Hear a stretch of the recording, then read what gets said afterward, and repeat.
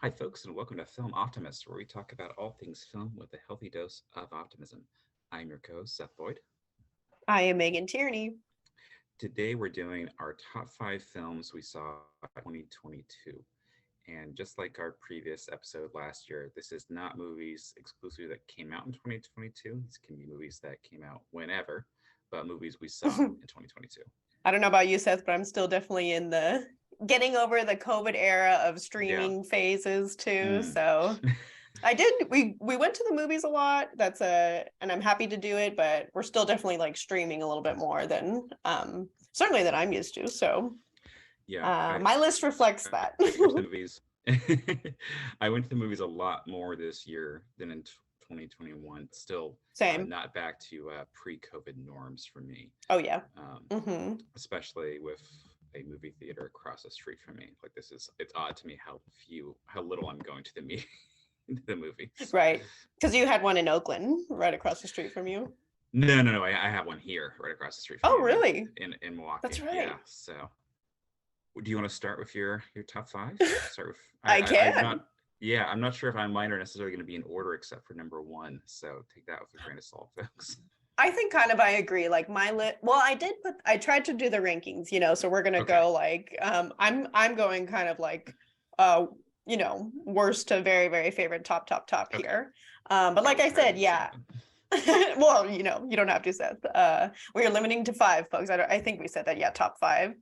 And I'll tell you, like it was hard to I found it kind of hard to compile this list. Like I said, we're still like dealing with the streaming aspect and Yeah. as well as going in person to the theater. So like I say, my list reflects that. And I actually referred a lot back to our podcast like episodes. And Yeah. the first one, my first pick is gonna like reflect that. So my number five is actually The Lighthouse, which Oh, Seth and I great. did an episode on.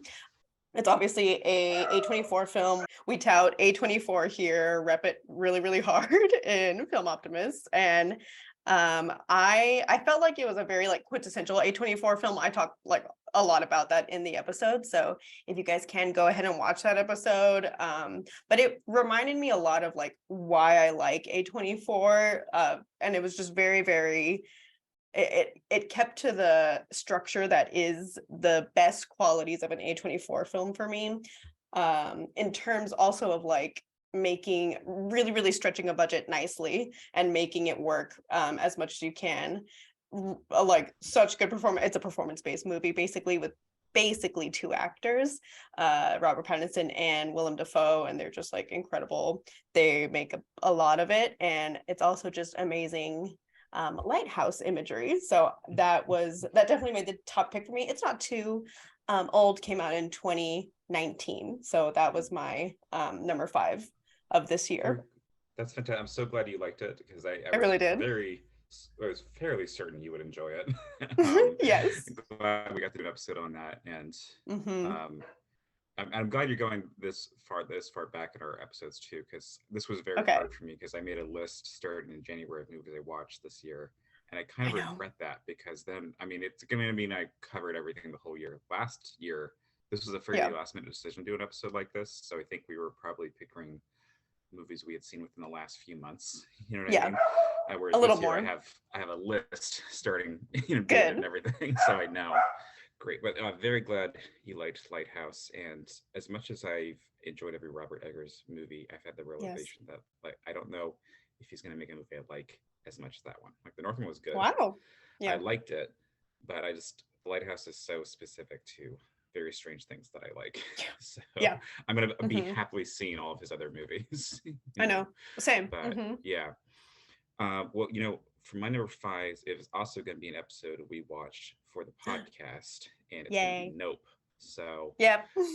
I really loved it, and again, well, I won't go too much into it because we have that episode featuring my lovely wife Anne talking about it. But Yes.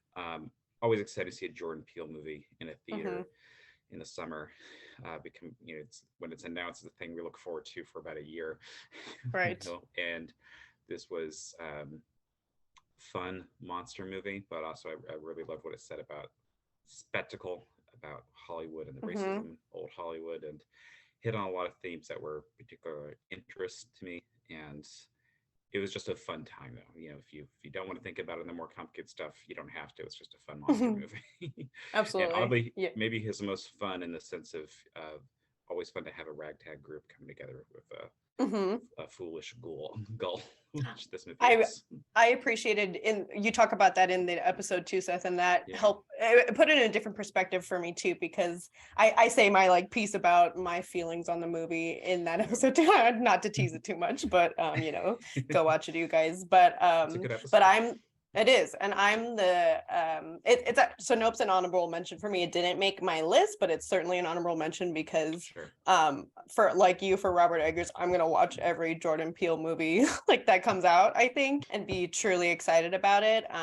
He's like a director that I recently it was just so cool to see him like come up in this Mm, way, and we've gotten his whole cinematic like story unfolding for us as excited like film people, and so that's been just such a pleasure. And it's he's such a fun like author to watch, or literally, well, auteur. we call him like an auteur, yeah, Yeah. to watch out for. He does write And his screenplays. Yeah. he does. Yeah. And so I say that's author. been really fun. Mhm. Yeah, absolutely. I fully agree. I think it was perfect timing for us getting more deep into film and his career starting. So, Yes, um, always gonna watch a Peel film, very and I'm exciting gonna to be have really somebody like, excited. yeah, like that right now, rather than going back into like Scorsese or something where you have 60 years to Yes. get into. Being Yeah, there from the true. beginning's fun. It's really Okay. fun. Yeah. Back to you then, Megan, for number 4. Sure. Moving right along. So this is the deep dive back into the past, blast from the past here, because this year was the first, and I've talked to Seth about when I first watched this movie. I think not on the podcast.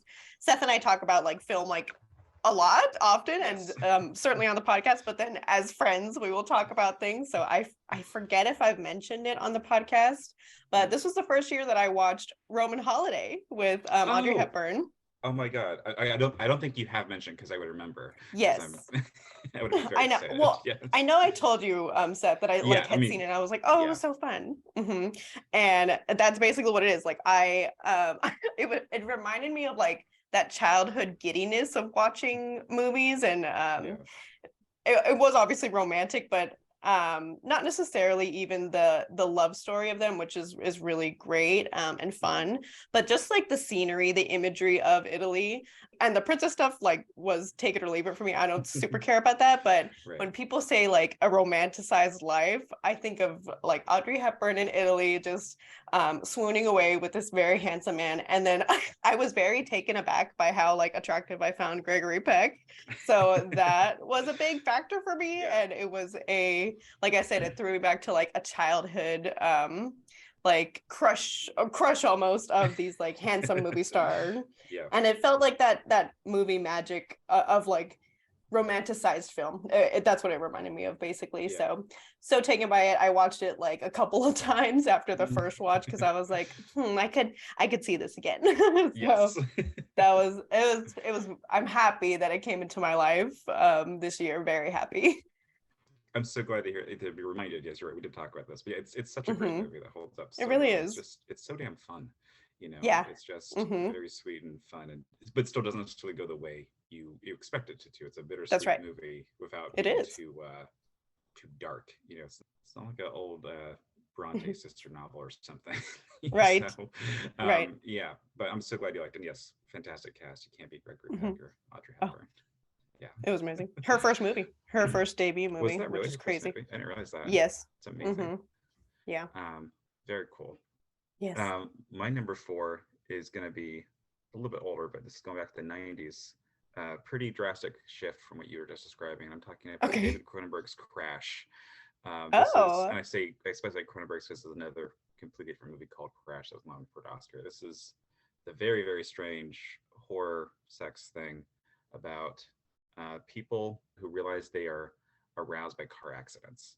And it's a very strange movie, not for the faint of heart, but I Hmm. recommend it because I thought it was such a great example of addiction and just self-destruction, these Okay. people going down a downward spiral and the escalation of that.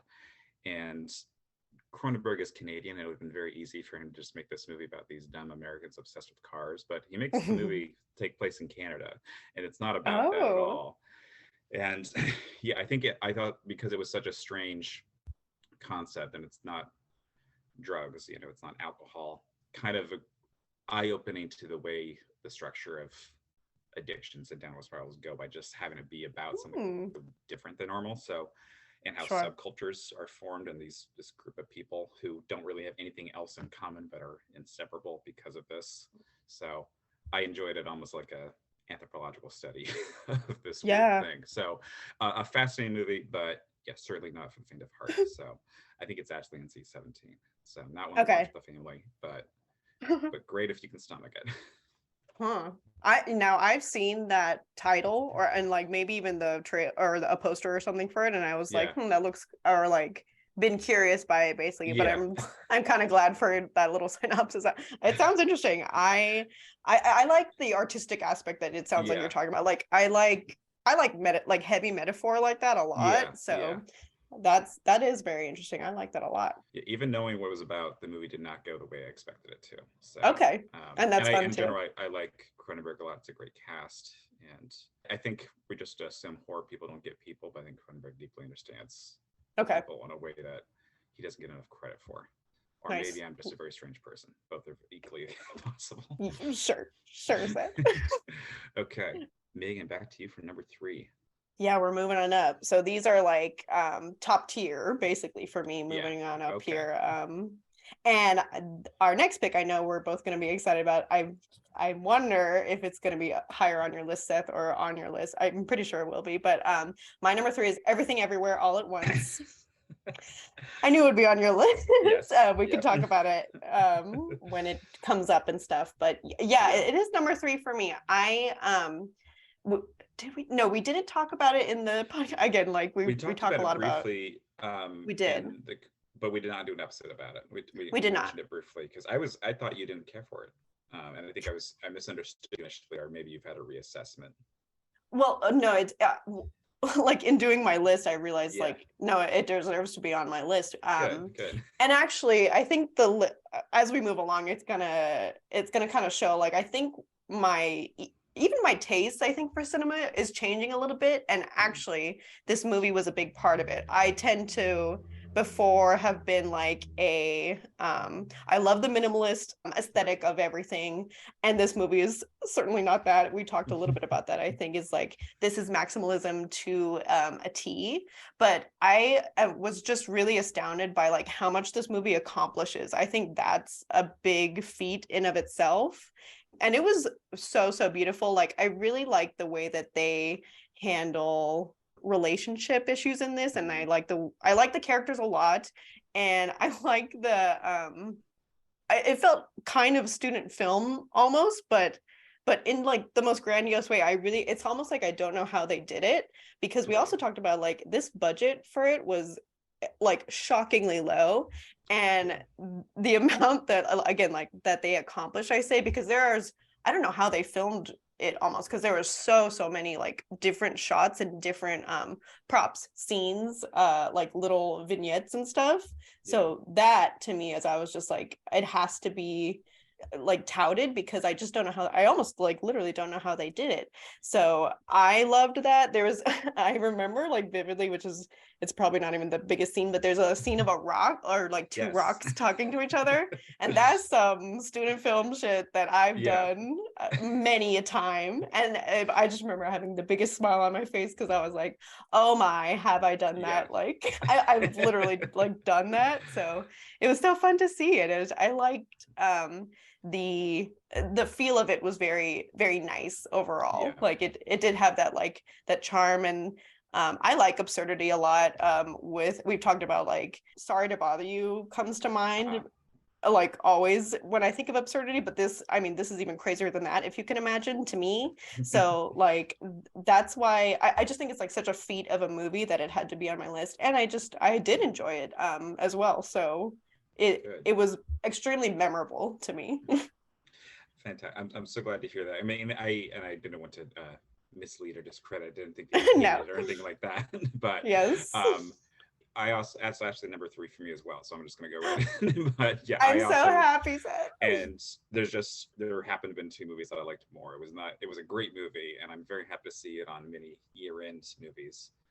I fully agree with everything you've said. It's such an achievement, it's such a feat, and when you look at what they accomplished with a smaller budget and how creative it was, that's just so fucking cool to me compared to a big blockbuster superhero movie or something. And what it and at the end of the day, as complicated as everything all at once is, it's a mother-daughter relationship.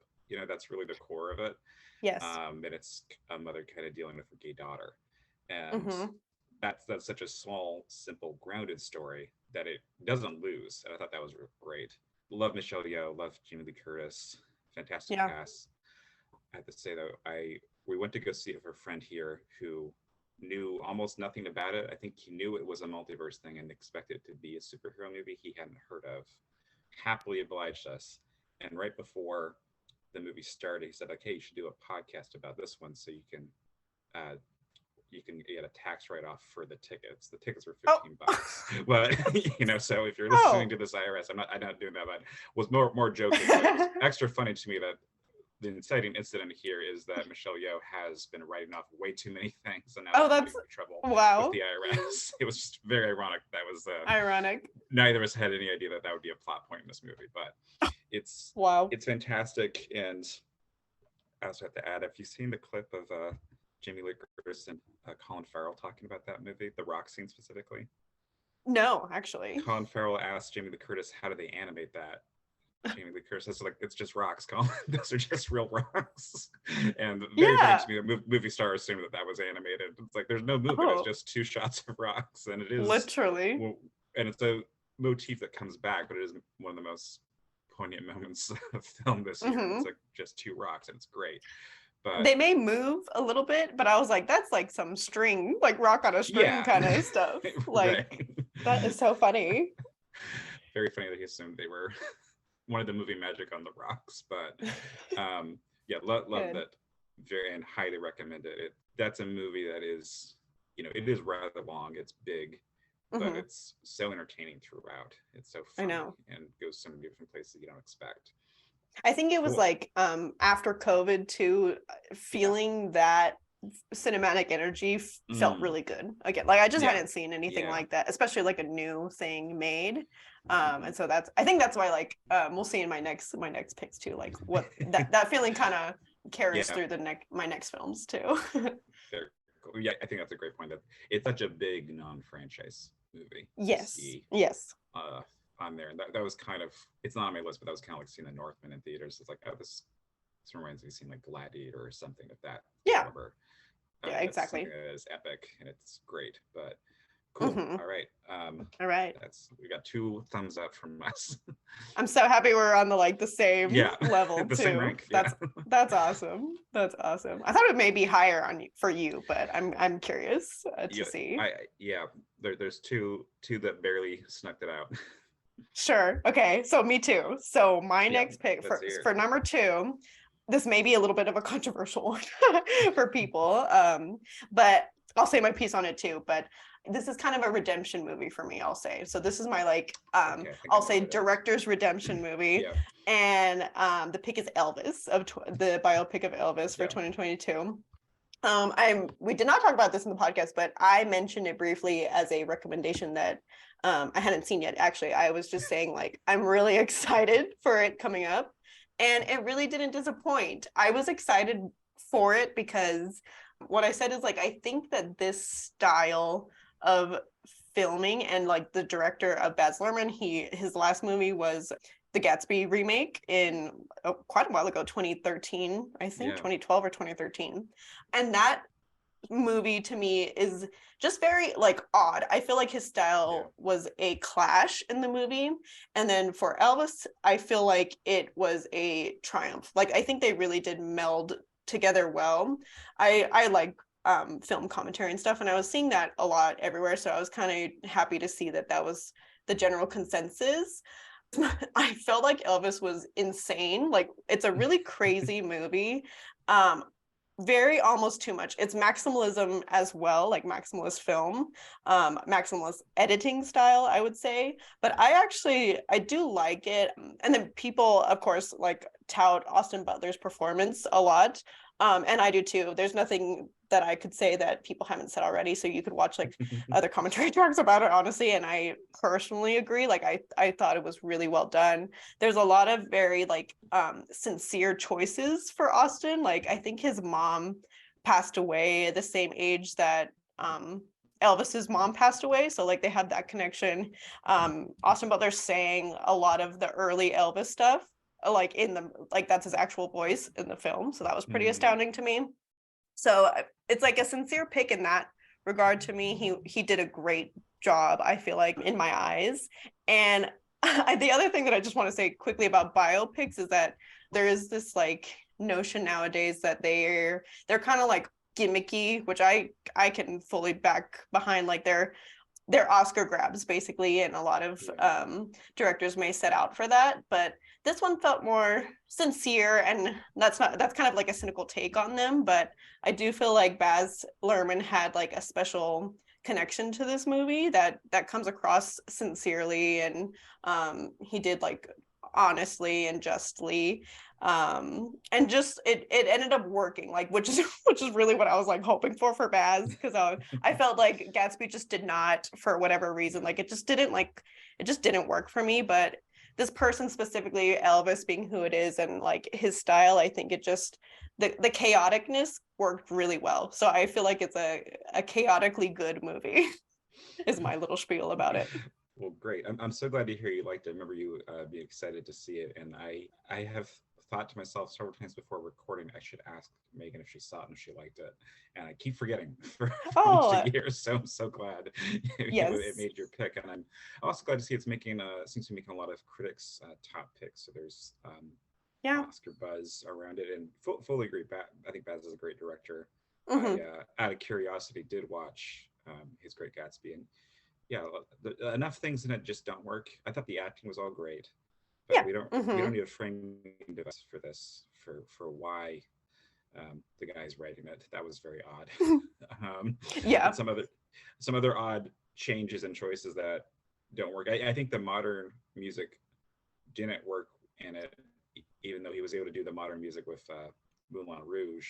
The arrangements were Yes. different, and that worked really well. I thought so. Okay. I actually kind of didn't like the modern music much in Elvis. I'd Hmm. prefer like the original, Oh, okay. basically. Yeah. Yeah. So the But yeah, glad soundtrack he's wasn't come like back. my top. Yeah. Oh, okay. So Same. there's modern music in the Elvis movie. There is. Uh-huh. Oh, I don't know. I just assumed it'd be all Elvis music, but that makes, I guess you gotta have something else in there. So It's odd. It's odd, I okay, will say. but sounds like overall it worked. So good. Glad It did. Baz is back. That's Always it. excited to see what he's gonna do. The Yes. Mad Australian. Good Um, redemption.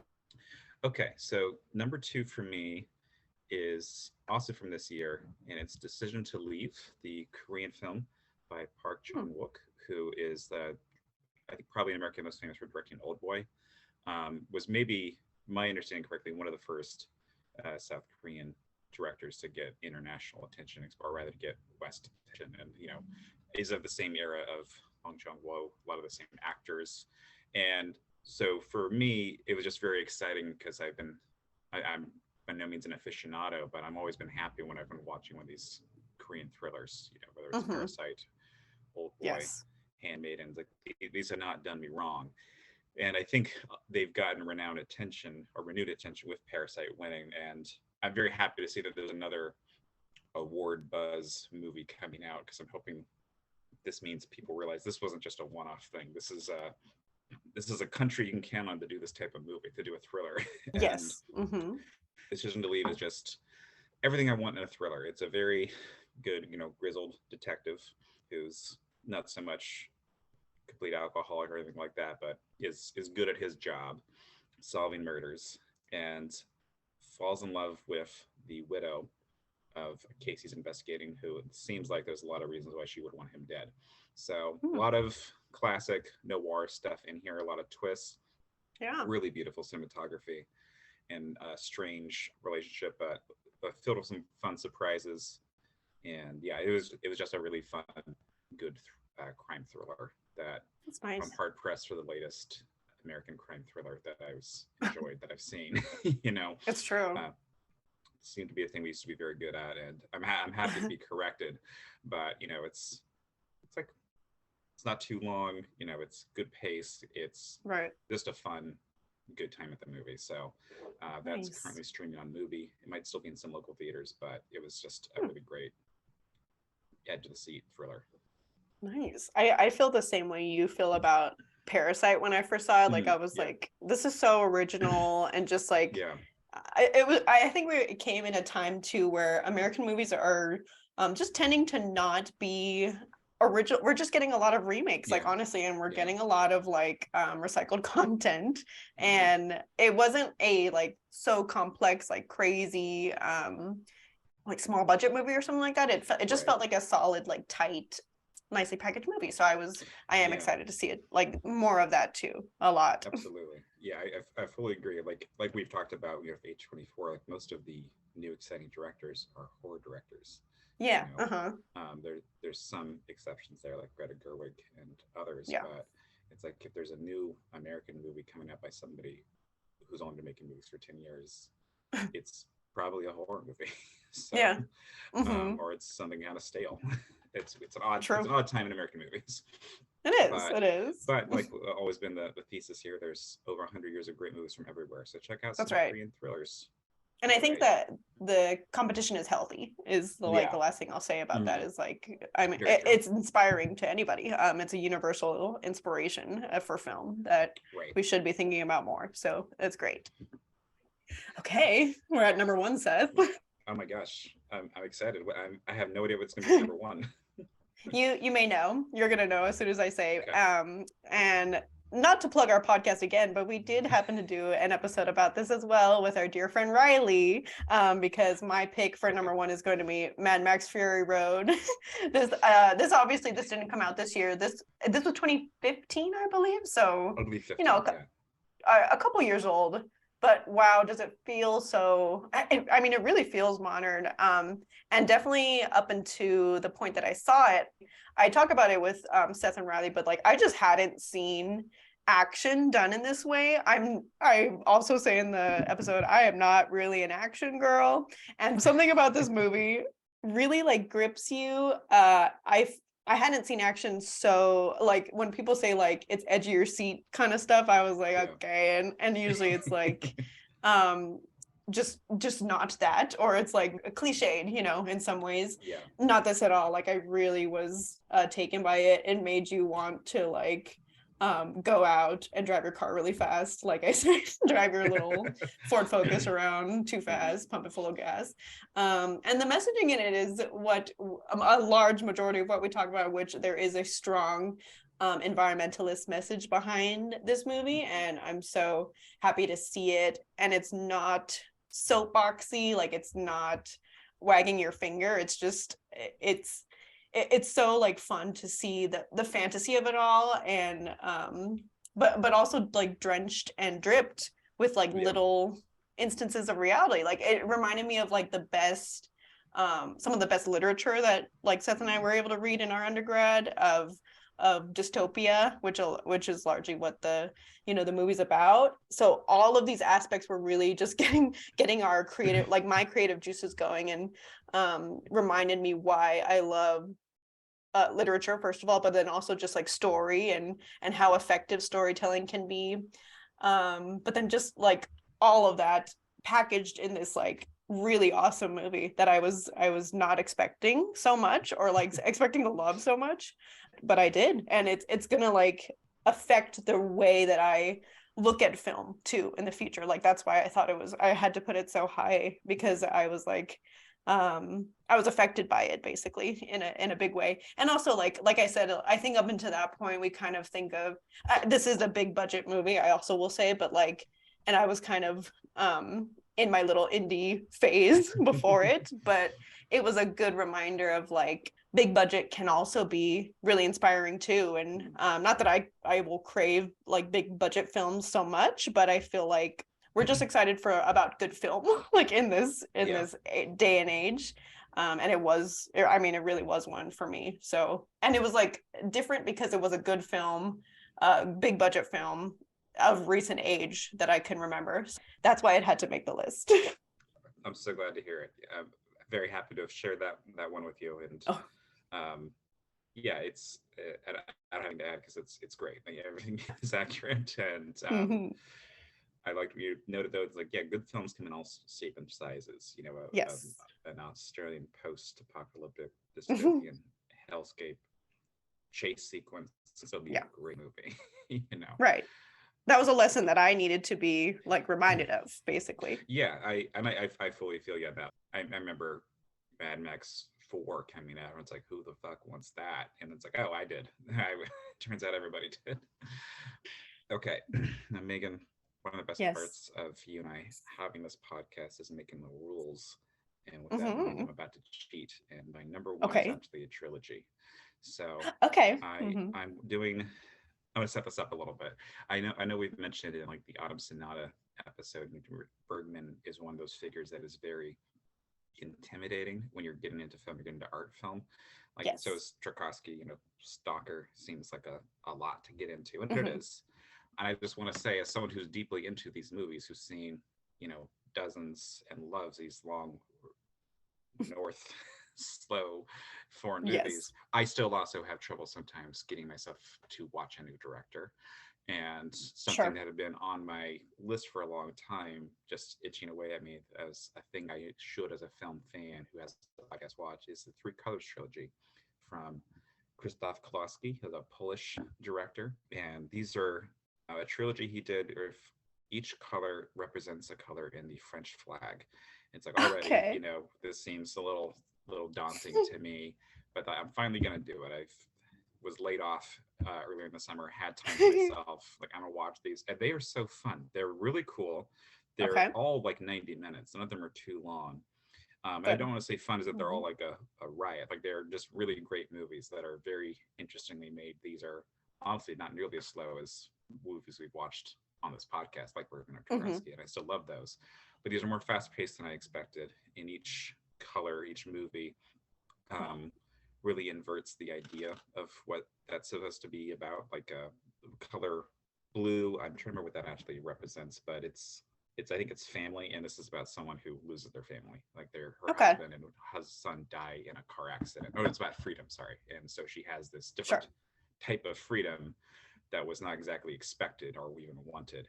But they're all very beautiful, Wow. intelligent movies that, in each of them, I've changed my mind about a character 3 or 4 times before the end, Okay. and they do loosely connect. So it's a thing to watch each of them from the early '90s. But yeah, highly recommend. Oh. It's blue, white, and red in that order. But truly beautiful Blue one. films that I was so glad I finally took time to watch because they were as good as I've been told. So that's my number Wow. one. That's really exciting, Seth. So, but I have a couple questions. Sure, of So, course.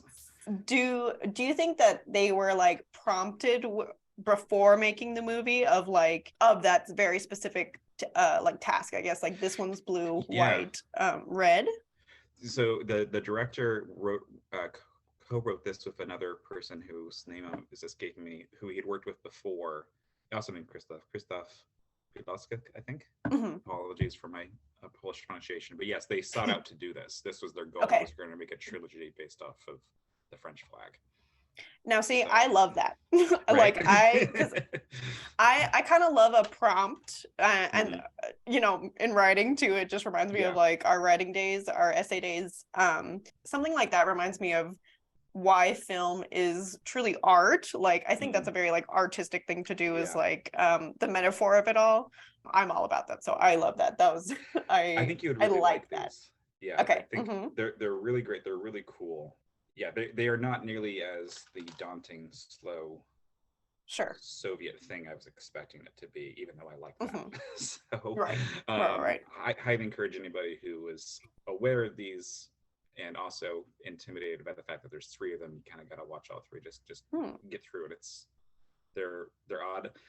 Roger Ebert had the review that each one is kind of an anti version of its genre. Blue is an anti drama, white Oh, is an anti wow. comedy, and red is an Hmm. anti love story.